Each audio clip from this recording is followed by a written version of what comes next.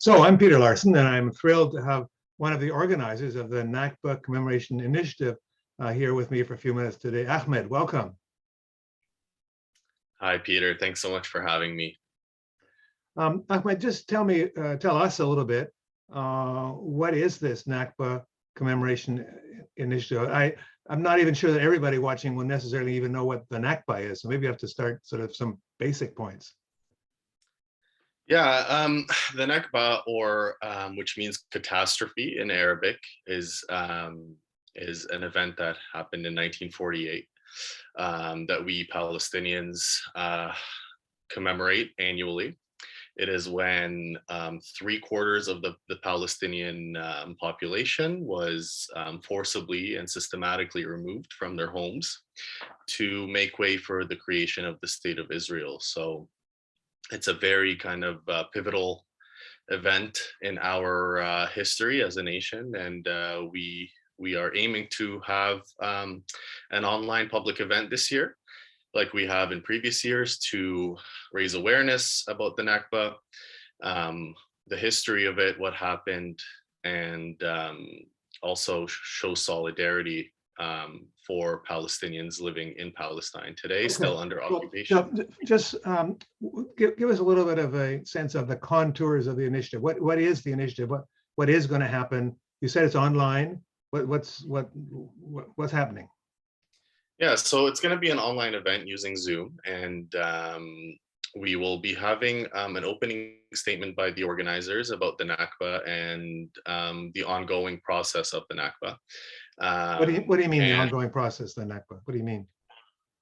So the Nakba is usually thought of as that single event in 1948, or the events leading up to the Exodus in 1948. But Palestinians today in Palestine still live under occupation, and their forcible removal and their living conditions today are still a part of that ongoing Nakba, as well as the Palestinian refugees who were made refugees in 1948, and their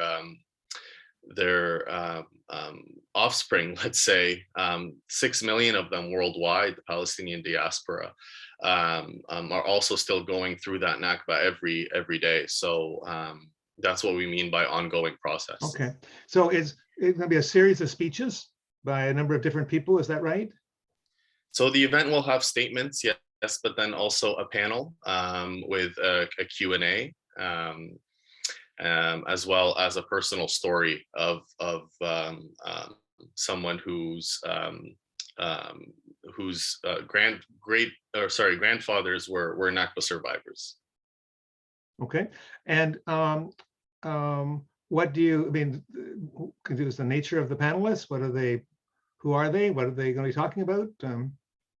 Yeah, absolutely. So our panelists are, the first panelist is Yafa Jarrar, and she's a Palestinian human rights lawyer.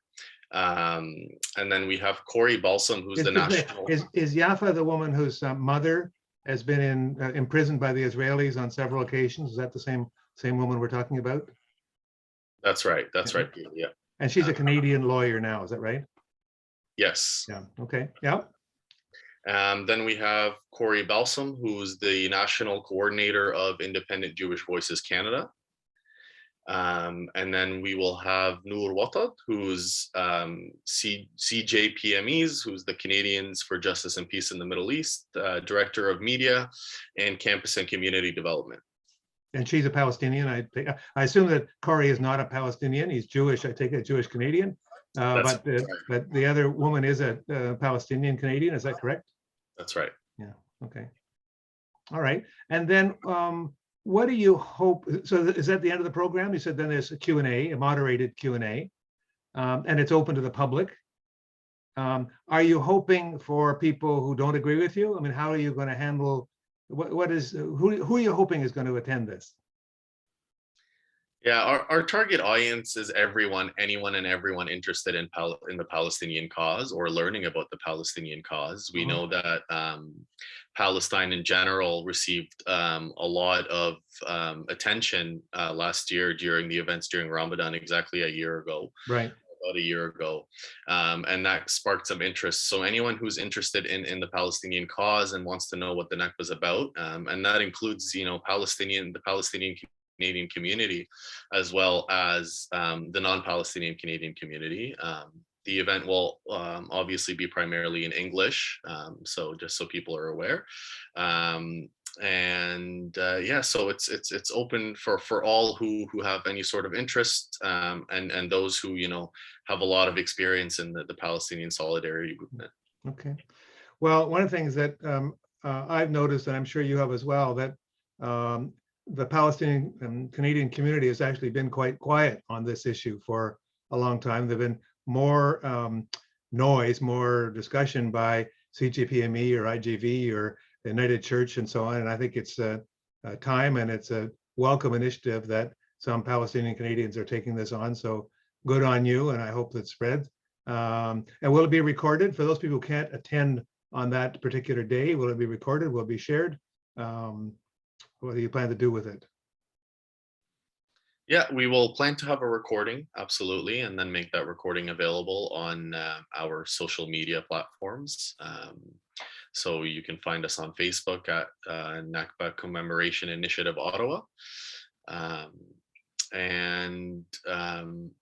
Just if you don't mind, a little bit about who the group is. Please, yes. So we are a group of Palestinian Canadian community members. It is an initiative that just brings people together. It is not really an organization or a not-for-profit or anything like that. We are just independent volunteers volunteering our time to raise awareness about the Nakba and hopefully reach as many Palestinian Canadians as well as regular everyday Canadians, and kind of start to change the narrative a little bit about Palestine and the Nakba in Canada. Okay. I think I saw somewhere in your materials that you have a number of endorsements, number of organizations have endorsed your initiative. Is that right? Yes, that's right. So we've actually had a lot of groups endorse from a whole wide spectrum from coast to coast. So many Palestinian Canadian groups, obviously, but as well as Independent Jewish Voices, CGPME, and also student groups. So a wide range of voices that have endorsed our event, Okay. thankfully. Well, Ahmed, thank you so much for spending a few minutes with us. I hope you have a successful event. I will post the links to the organization so people can connect to Zoom in if they're free on that particular day. So thank you very much again for spending some time with us. Thanks so much for having me and for your support, Peter. Always appreciated.